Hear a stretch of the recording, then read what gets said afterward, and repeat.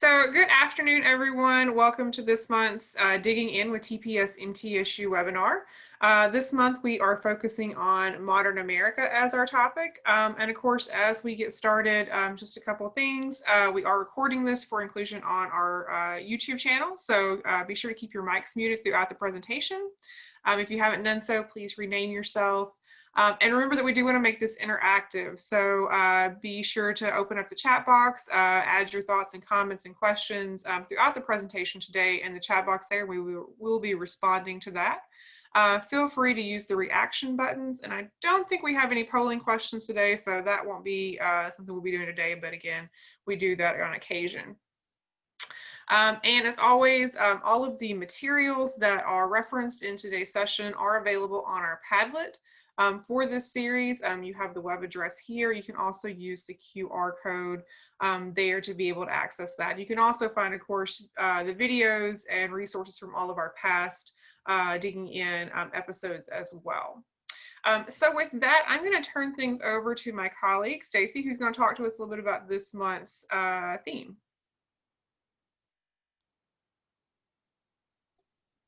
Thank you, Kira. I am going to share my screen and go to our newsletter.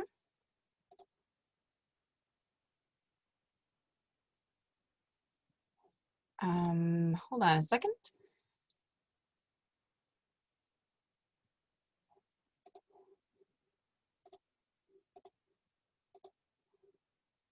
I'm sorry.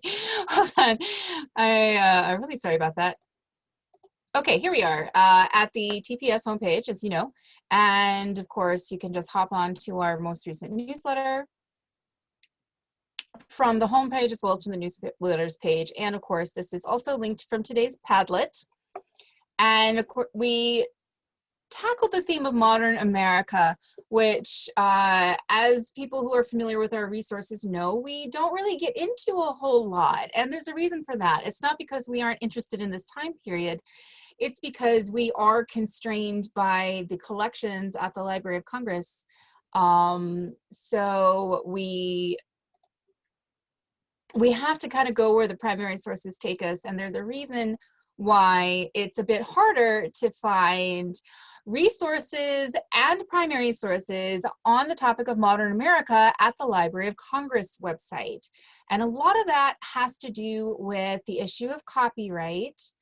And copyright is very confusing, but basically the library does not own the copyright to any of the things that it makes publicly available through its website. So basically, if there's a collection that has items that are under uncertain copyright for whatever reason, then the Library of Congress just kind of makes a blanket statement for the whole collection. So really, this is all about the nature of collections. And another thing about recent history is that a lot of those materials have not yet made their way into museums, archives, and libraries because they're still in active use. They're still being actively collected. They're still owned by the people who are still alive. So it's really the passage of time and people passing away and things kind of moving along in the chronology of history that allows places like the Library of Congress to create collections full of primary sources. And so it just kind of makes sense that they're going to have fewer things for sources that are in the recent past. Modern America, it's always interesting to figure out where you're going to make the break for the different eras in American history because, of course, date breaks in eras are always kind of arbitrary. But we went with the standards as closely as we could. So we're basically saying 1960s to the present. So that's like the past 60 years or so. And a lot of that is, of course, you know, under copyright, within living memory, but if you are lucky enough to actually get to the end of the school year and be able to reach this time period in your classroom with your students, then we wanted to make it easier for you to find, okay, well, what do you guys have on this time period? And so we came up with some really great ideas, and you're going to see some of those demonstrated today. And then at the very end, I'm going to come back and show you a couple places where you can find even more resources and kind of get around some of those copyright issues. So without further ado, I am going to send I'm going to stop sharing, and I'm going to turn this over to our graduate research assistant, October Kamara, who is doing her very first feature lesson for us on the war on drugs. So I'm going to mute myself and take it away, October. Thank you, Dr. Graham. Let me go ahead and share my screen with y'all.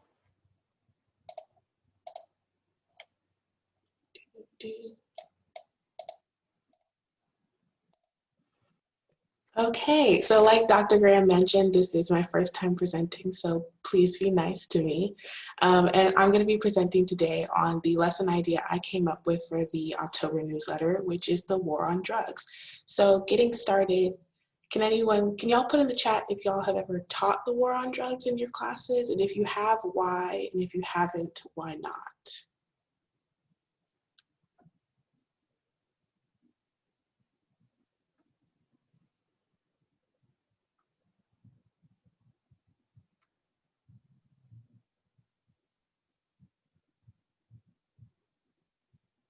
I know we've heard from teachers in the past that it's hard sometimes to get that far forward within the curriculum. And of course, we have some fifth grade, rarely make it that far.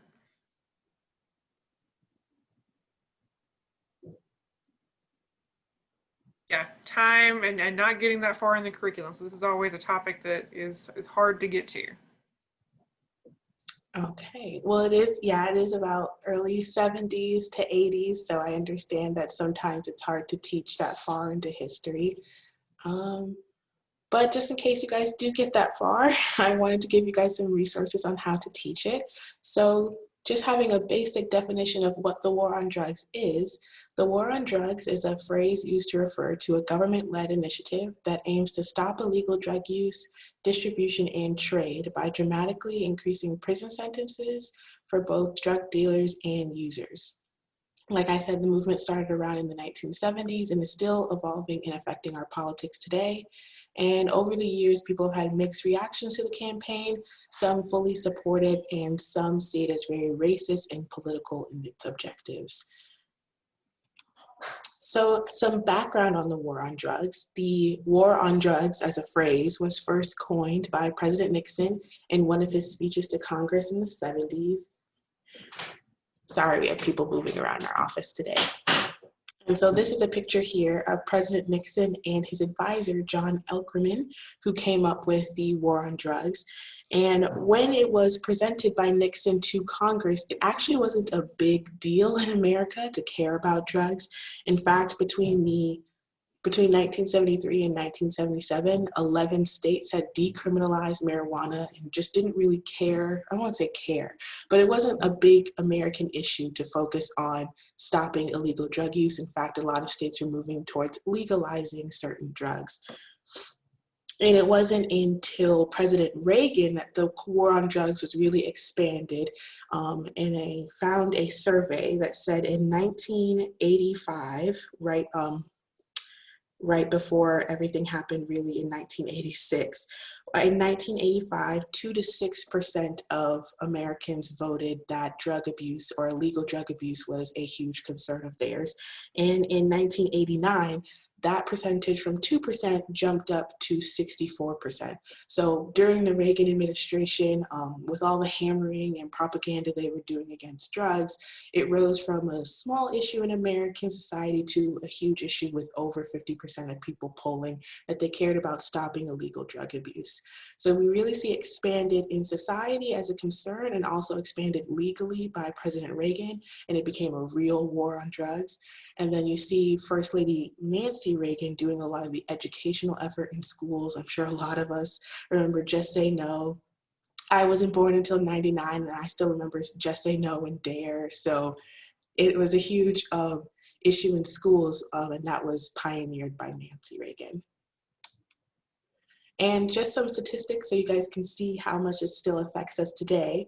580,900 people were arrested on drug-related charges in 1980, right before Reagan got into office. And 1,561,231 people were arrested on drug-related charges in 2014. And as of 2017, and I think this is still true today, I just couldn't find a statistic from 2020. So as of 2017, 50% of people are serving time in federal prisons based on drug-related charges. And that is more than the amount of people who are put away for violent crimes such as murder, I think like battery, I'm not a lawyer, but in other violent crimes, they're put away less often than people who are put away on drug-related charges. So then getting into the actual activity that is in the newsletter, I just want to jump back to the newsletter that Dr. Graham showed you. If you scroll down to the third page, there's a lesson ID on the war on drugs, and I have linked to it a student packet.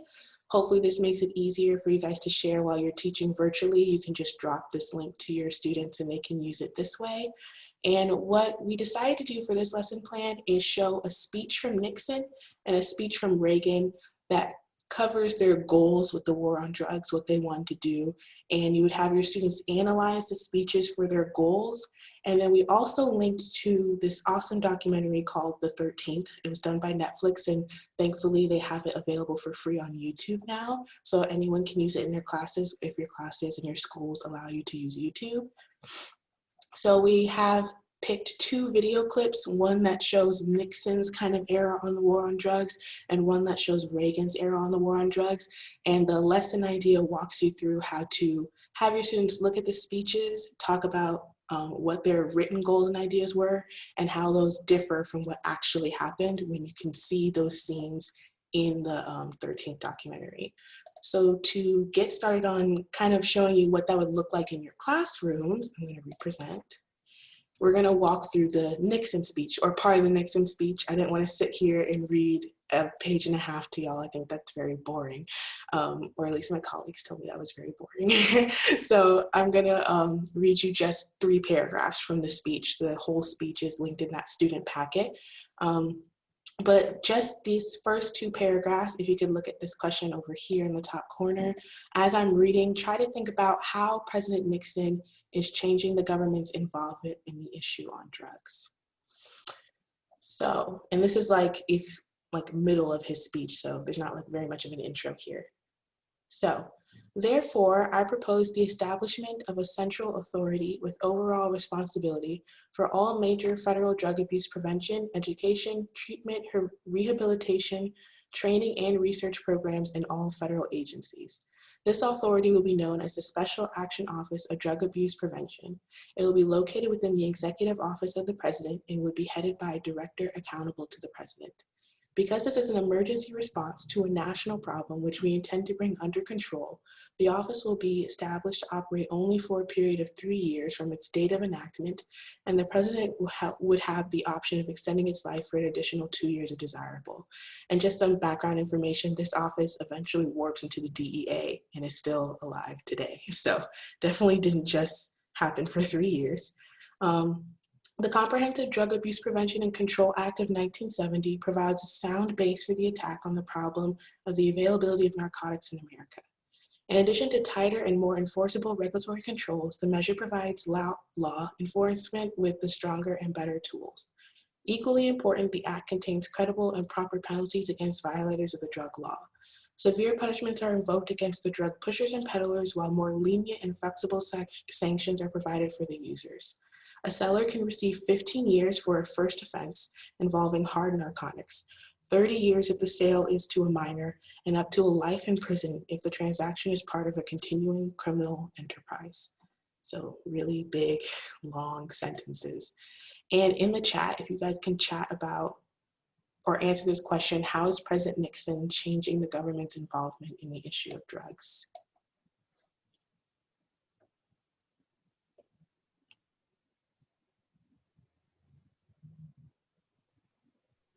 Well, this is where you get those you start getting some mandatory minimum punishments, which is definitely going to feed the prison population. Yeah, exactly. And it's making a department in charge of it and targeting the sales of it as opposed to the consumption of it. Mhm.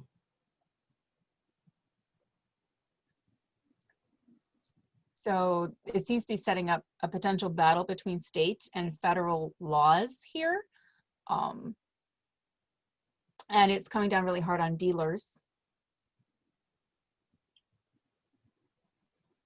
Absolutely. Great. And I love that. That was what popped out to me too. I love that someone recognized it. He was creating an entire office around this. Earlier in his speech, he talks about that there's about 9 offices before Nixon creates the SAODAP, I guess, if that's how it would abbreviate to. Before he creates his office, there's about 9 of them, and he wants to centralize it into one office that directly talks to the president and uh, helps with the president trying to stop the illegal trafficking of drugs. So that's a really good observation. And that observation about mandatory minimums, that becomes really important, especially under Reagan's administration and definitely under Bill Clinton's law, which we don't get into this specific lesson plan, but Bill Clinton is a part of this war on drugs era as well. And so then getting into another part of his speech, for this one, as I read it out, try focusing on the language and how does President Nixon describe drugs and the way Americans should view them. And this is towards the end of his speech. We have fought together in war, we have worked together in hard times, and we have reached out to each other in division to close the gaps between our people and keep America whole. The threat of narcotics among our people is one which properly frightens many Americans. It comes quietly into homes and destroys children. It moves into neighborhoods and breaks the fiber of community which makes neighbors. It is a problem which demands compassion, but not simply condemnation for those who become the victims of narcotics and dangerous drugs. We must try to better understand the confusion and delusion and despair that people, particularly young people, that bring people, particularly young people, to the use of narcotics and dangerous drugs. So how in this paragraph is Nixon describing drugs? Someone made a good point, wondering if this has anything to do with the perceived prevalence of drug use among soldiers in Vietnam and coming back from Vietnam.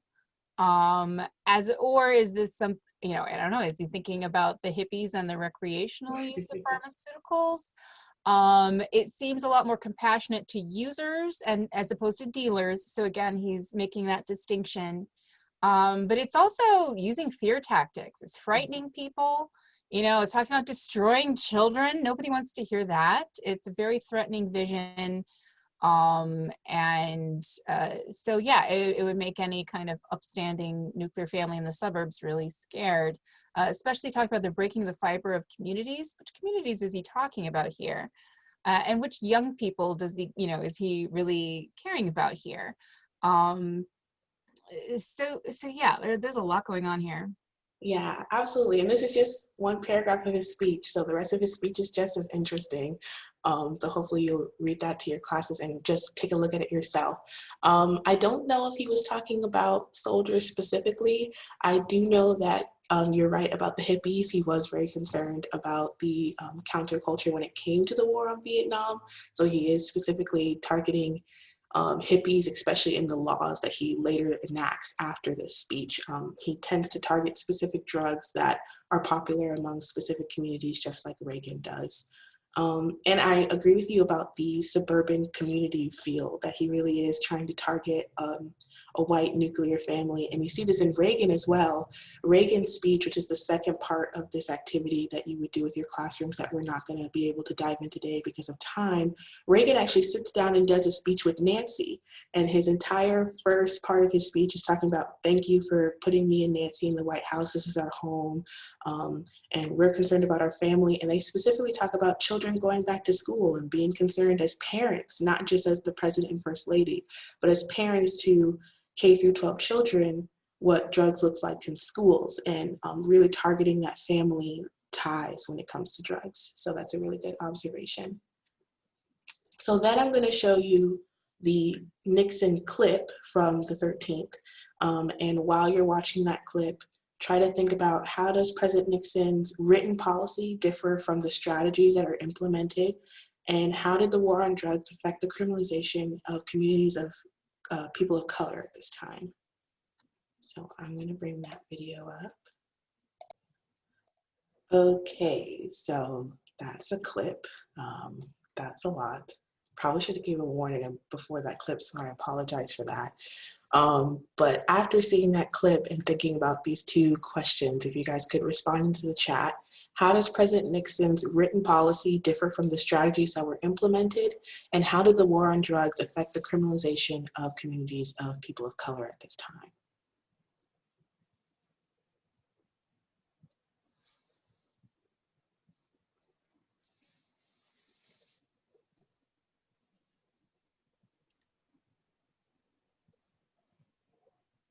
Well, even though his speech mentions law and order, it seems like there's going to be compassion involved, but I saw absolutely no compassion from the clips that were shown in the documentary.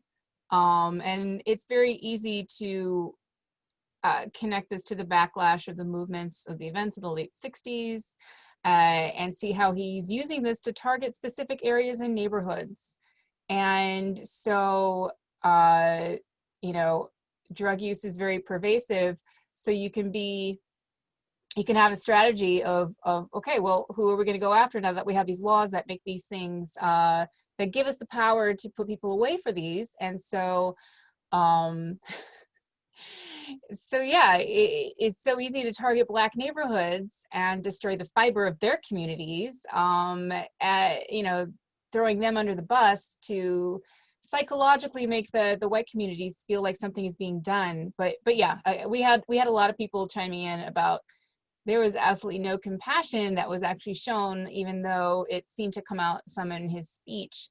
Because you would expect, I guess, like programs, like rehabilitation programs, and like police community kind of dialogue. And this just seemed very antagonistic instead. In the speech, he talked about providing care for users. But did that happen? You know, obviously the documentary is concentrating on the more negative aspects, but you know, what were there any positive aspects that actually came out of this? Doubt it. So Absolutely. Thanks for those responses. Yes, so, and this is part of the speech that's in the student packet, but we didn't have time to talk about today. Nixon actually raised his 1972 presidential budget to $300 million that was just focused on the war on drugs. So after he declared the war on drugs, he put in a bid to Congress to raise his like law enforcement part of his budget to $300 million. And I think while I was researching, I found a study that says like over 70% of that was given to law enforcement. So not much was actually given to programs that would help users. And as you saw, they saw that users were actually being arrested as well. So that whole compassion towards users and law and order on sellers didn't really happen, as people who just had like low-level offenses of possession were also arrested. So possession would be users, not sellers. They didn't have enough to try them for like an intent to sell, but they still went to jail for possession. So a lot of what Nixon's written policy to get white suburban America on board for the war on drugs didn't happen, and it really ran a scythe through our communities of color, and a lot of people ended up in jail for very low-level offenses of drug use that never used to be illegal before. So that is all from me. Again, the rest of this lesson idea can be found in the student packet, which I linked on this PowerPoint and is linked in our Padlet. And it can be found on our newsletter, which is also linked on this PowerPoint and the Padlet. And I linked the 13th documentary, which can be found on YouTube. So thank you for paying attention. If you guys have any questions before we move on to Layla that I can answer for y'all.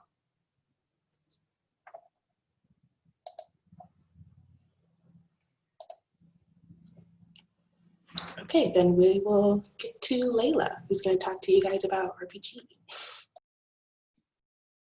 Hi, everybody. How are you doing? You doing good? Give me a thumbs up or a head nod or something. Awesome. Glad to see you all here with us on this afternoon. So we kind of had a shift in plans when this newsletter was being done. My newsletter idea was completely different than what we ended up publishing, but with the death of Justice Ruth Bader Ginsburg, we decided to kind of shift our lesson idea. So today, I'm going to be sharing with you guys one of our newsletter ideas. It's kind of like a tribute to her and also just kind of discussing some of her contributions with your students. So this could be used for, pieces could be used for elementary students, but it's going to be geared towards like middle school and high school, upper middle school, high school students. But again, it can be used for elementary school students as well. So I do want to talk to you guys because let me go ahead and share my screen with you. What is that? No. I guess I have to pull up what I want to share first. There we go. I minimized it and then it wouldn't let me share it with you guys.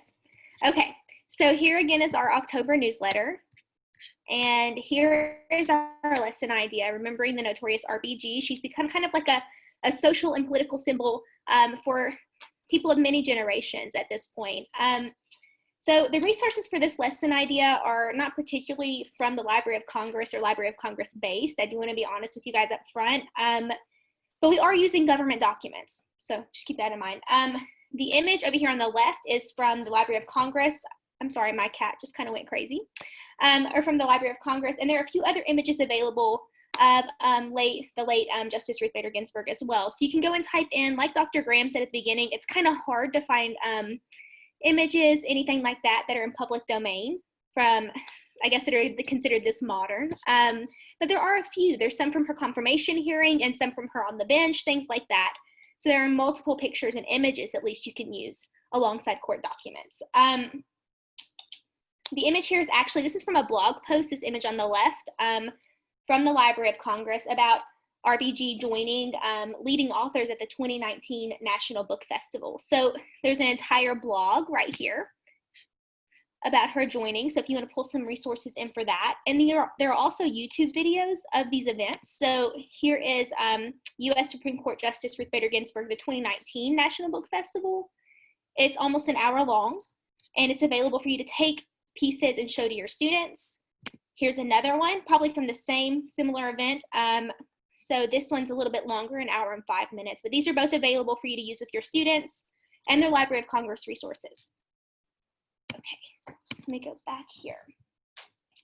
So again, those are a few video recordings that are available through the National Book Festival and through the Library of Congress. And they actually have Ginsburg speaking and reading books and discussing topics with the audience. So important to use when teaching students, especially younger students. So the lesson, it's also, in this lesson idea, it uses an excerpted piece from the Supreme Court decision, the Ledbetter case. And those decisions are all open access, publicly available through the not Library of Congress, the Supreme Court of the United States webpage right here. So if you go here, all of those case decisions are available. You can see opinions, opinions of the court, and then you can go through the year. And these are great because you can see earlier opinions. And if you want to find something, you can just click on it. It's a PDF, and you can Control F and find what you want. So very helpful in that way. So if you're looking for a specific case, you can just Control F and find whatever you need when you're trying to work with your students. So the lesson idea from our 2020 newsletter covers the contributions of Ruth Bader Ginsburg, an American icon and crusader for justice. She died on September 18th, 2020 at the age of 87. Ginsburg was a champion for equality and was the second woman appointed as a Supreme Court justice. So to start this lesson idea, we've linked a student packet right here, if you click on that. And we have a quote here. So you would introduce students to this quote. Dissents speak to a future age. It's not simply to say, my colleagues are wrong and I would do it this way, but the greatest dissents do become court opinions, and gradually over time, their views become the dominant view. So that's the dissenters' hope, that they are writing not for today, but for tomorrow. So this quote you would introduce to your students and talk to them about what this quote means. Break down and discuss this quote. So in the chat box really quickly, what do you think this quote means? Let's discuss it.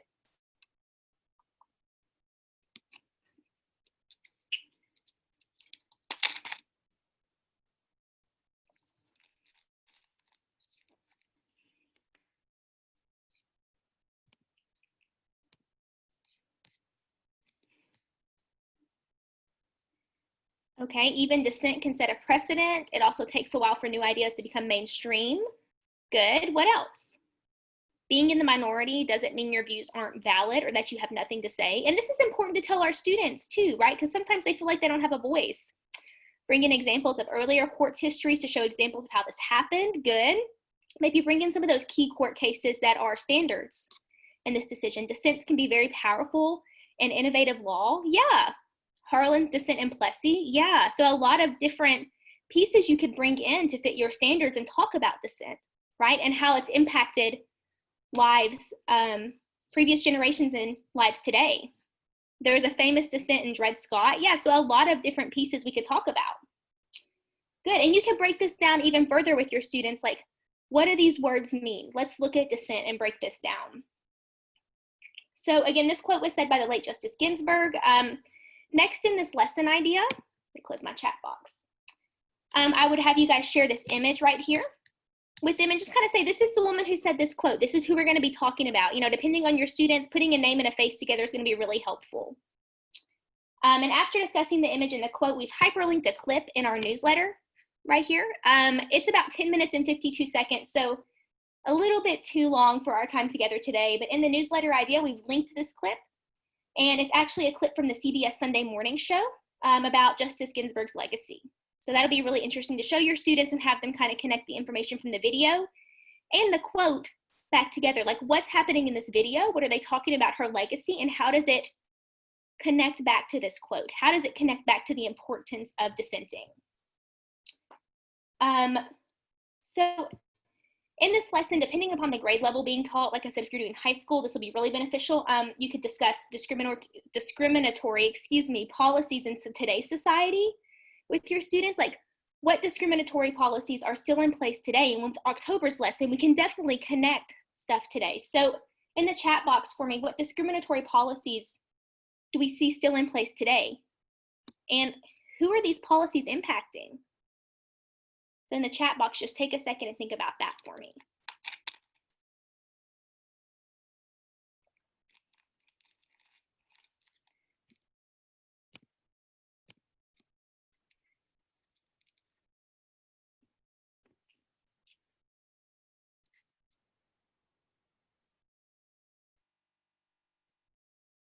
Better enforcement of gender equality, good. Women receiving less pay than men for the same job with the same or better qualifications, right? That's something that we see as well. Good. So this is something that's not like, this is something that's very relevant to our students' lives even today. If your high school, middle school students can relate to this. They might mention equal coverage of spouses from either gender. Yeah, so we see a lot of issues coming up in the current political sphere about equal coverage, healthcare benefits, things like that. Good. So yeah, I think your students will be able to pull in pieces about discriminatory policies and have a say in this discussion. Come to the table and discuss maybe how their lives are impacted, how their friends' lives are impacted. And again, bring it back to this quote about dissent. Why is it important to dissent? Good. So again, if you're doing high school, this is probably something that might be a good way to continue this lesson. There's an excerpt from the dissent. Depending on age groups and ability level, you might want to group them in a certain way. We have a very short excerpt here, less than a page for students to read. This is taken from the Justice Ginsburg's dissent from the Ledbetter versus Goodyear Tire and Rubber Corporation or Company Incorporation decision. So this is her dissent here, and this is actually from, let me move this over. Well, I just had the document up. It's from a document that's about 47 pages long. So you don't want to put this on your student's desk and have them go through this. So I've just kind of found what I wanted, but again, you can go back to those bound volumes and Control F and find whatever you need. So here is just a little bit about the dissent. You can have your students read this. It's a very short excerpt taken from the court documents. Again, I would probably suggest having students work in pairs or small groups. And you could annotate this. You could have them break it down, discuss how dissent and how this quote about dissent and how this dissent go together. This will be a very interesting activity to do with your students. So analyze the excerpt, discuss what Ginsburg is dissenting to, why is she dissenting, what's it about, to really get into that and talk about how this relates back to the video, back to the quote, back to her legacy that you're discussing. So after discussing all of the materials in this, and this is a student packet that's linked in the newsletter, I've found this free Teacher Pay Teachers coloring page here that you can use, and I've linked the page there if you want to go to this person's Teacher Pay Teachers page and download it. But I know this seems kind of silly, but I've done stuff like this with high school students before too, and they have so much fun. You could ask students to create tributes to Ruth Bader Ginsburg, to write letters of thank you, to put quotes on there, to color it and fill out their feelings, really, like put their feelings on this paper. So this is a great way to kind of bring this all together. A thank you letter, a tribute after reading and discussing and watching these materials, pulling it all together. Why is dissent important? And why is RBG's legacy important to society today and future generations? So that again is all linked right here on this lesson idea. The student packet is linked through here, the clip, all of these pictures. So, sorry, my cat is meowing. If you guys have any questions, I'm gonna go ahead and mute this, but please put that in the chat box. And if you have any questions after the fact, feel free to email us.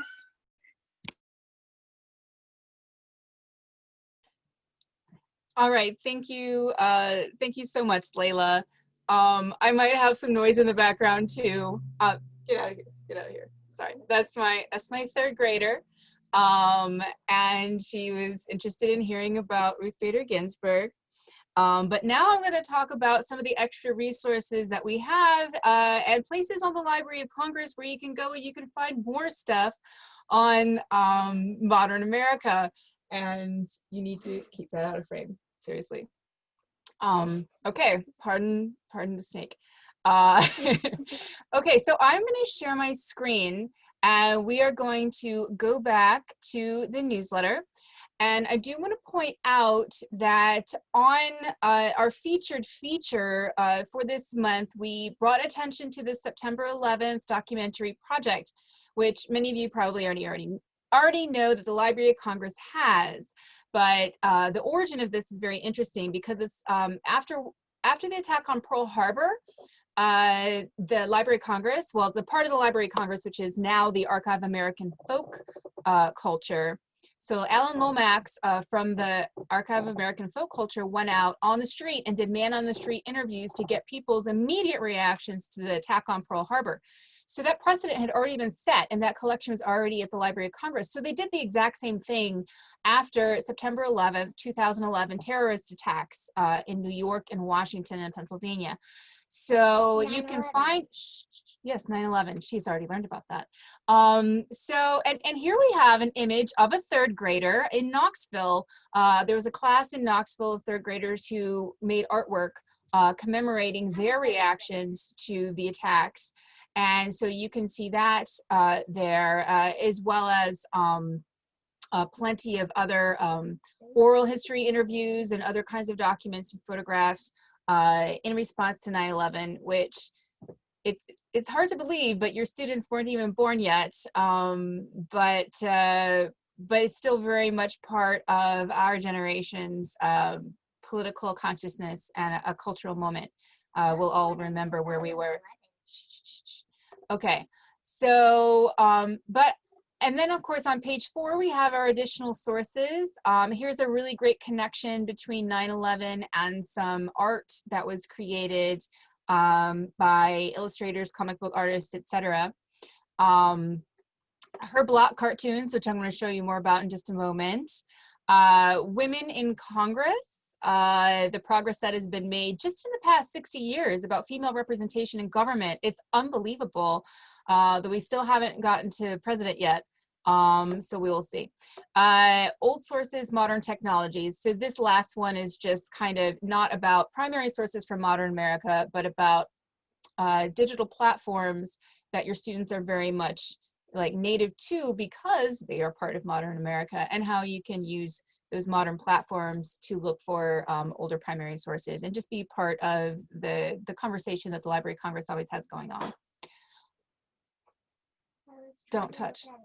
Don't touch. Excuse me. Get out of there. Get out of there. Okay. So, so here again is the September 11th documentary project. And so from our website, we also have a lot of, not a lot, we have some lesson ideas that we've done in previous newsletters that cover the modern American topics. And so I just want to point out a few of those to you right now. In the January 2018 issue, this was one that was created by some of my 3011 students. They're students at MTSU who are learning how to teach historical thinking. So they are future high school history teachers. And so here they are down here. And 3 of them actually created modern America topic lesson ideas. Here's one on the Cold War, which is a little bit before the 1960s, but it stretches into the 1960s, the effects of the atomic bomb, and this multiple perspectives on the Vietnam War. So that's in the January 2018 newsletter.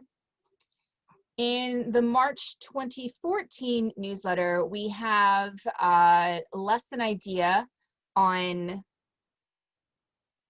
this isn't March 24, oh it is, pardon me.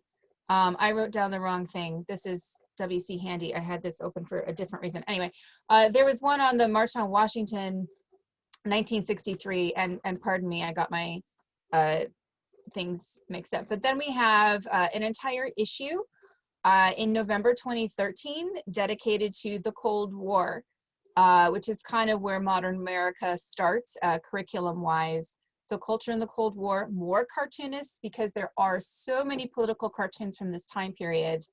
Cultural exchange between the USSR and the United States. And then of course, more her Black exhibitions. And then 4 additional sources on that topic. But one thing I want to show you is honey, you can find on the Padlet that we have created a PDF for today that I'm going to show you right now. That basically the exhibitions at the Library of Congress, there's so many exhibitions that are online that many of them actually deal with more recent things. And these are primary sources that you oftentimes cannot find anywhere else in the library's online collections. And of course, it's really great to teach with exhibitions because they also come with little nice blurbs of secondary source material to put it into context. So you can put your students in front of it and they can learn and see the primary sources at the same time. So I basically threw together this list, which is actually extremely useful to me because there's so much her block at the Library of Congress. Kira, eight exhibitions on her block cartoons, and here I thought that there were 4 or 5, but the Library of Congress loves Herbert Block, also known as Her Block, one of the best political cartoonists of the 20th century, and I'll show you that in a sec. So here's a list of a bunch of political cartoons and illustrations that deal with the modern American time period. Here are political cartoons by Ann Telnise, illustrations by Anita Kuntz, then more women illustrators. Pat Oliphant was another political cartoonist. This collection is also political cartoons. There's a whole collection of courtroom illustrations from the 1960s to the present, talking about, like, you know, because you're not, what are you allowed to see inside a courtroom while it's going on? And we rely on these illustrations. It's kind of interesting way of looking at our justice system. This comic art, I'm going to show you that in a second. And another one of cartoons, comic strips, and political cartoons. Then there are also some civil rights themed exhibitions. I've picked out stuff that deals in part or mostly with the events of the 1960s and afterwards. There's a lot more civil rights stuff from the 1950s and beforehand, but I'm not linking them to this PDF.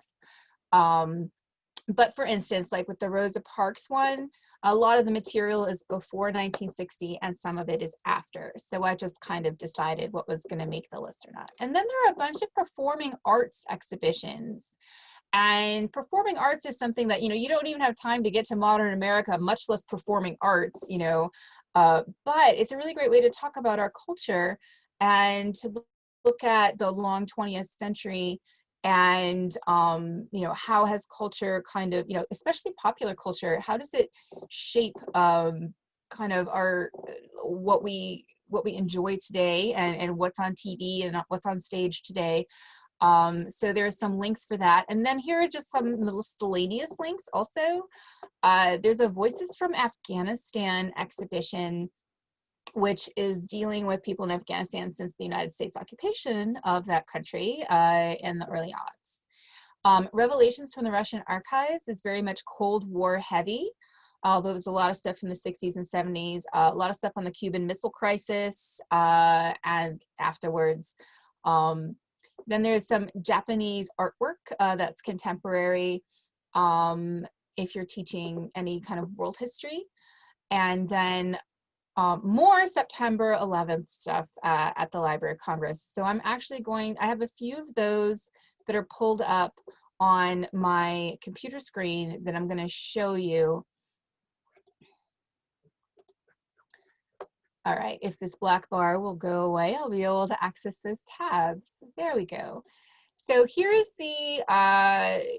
one of the Herblock exhibitions, and it's in the newer exhibition webpage format, so it looks a little bit different from the older exhibition webpage format, which is this one right here.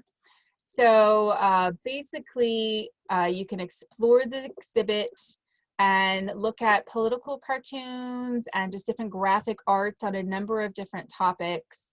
And so, like, for instance, if we're looking at health, what has public health commentary looked like in previous times? So you just click on the items and then they'll give you a really nice kind of large form image, which I always do a print screen and then I crop it and then I stick it in my PDF. And that's a really great way from these exhibitions to get high quality images, which you wouldn't be able to find a regular JPEG of if you looked in the regular LLC collections. So that's why I love getting things from these exhibitions. Here's the one that's comic art, 120 years of panels and pages. And this is just telling you when it was actually on display at the Library of Congress. And so it tells you a little bit about it. And this breaks it up into different eras. So you can look at the late 20th century in particular. And of course, here we see some 9/11 images here, as well as other things from the more recent decades. Again, as with other things, they'll have a little blurb that goes along with it, and then your bibliographic information, and you can just kind of print screen from that. And then here's an example. Here we have a couple in the older webpage format, like this one commemorating the Civil Rights Act of 1964.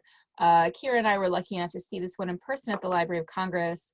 So this is one where a lot of it happens before the 1960s, but then of course the Civil Rights Act, the culminating act of this particular movement focus, and then looking at its immediate impact and legacy. So these are a bunch of really great primary sources, some of them even with video. So those are really great little clips that you can put in front of your students, and they can listen to these people talking about it and its importance and significance. And then here's an example of one of the performing arts ones, Bob Hope, which your students may not know who he is, which is tragic. But yeah, so Bob Hope, that is one of the two different exhibitions that the Library of Congress has on Bob Hope, because his career spanned decades. So there's a lot of stuff from the 60s and 70s and 80s in here. And it's talking a lot about early television too, and the importance of television and the media in terms of controlling popular culture, because you can see how this connects performers, politics, and pop culture.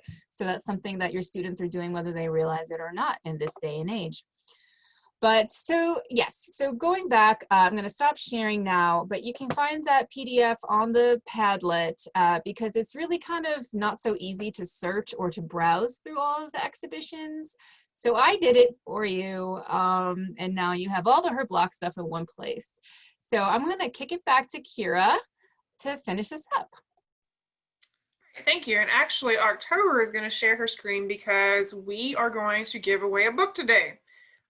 So for one of our folks who have attended live, so October is going to pull up our prize wheel. Yes, let me get that up for you guys. So today we're giving away the Why Learn History When It's Already on Your Phone by Sam Weinberg. So hold on. And if you happen to be a member of the National Council for History Education, I saw in their newsletter, he's going to be doing a session on this book very soon. So that might be something to look for. All right, so go ahead and spin this wheel.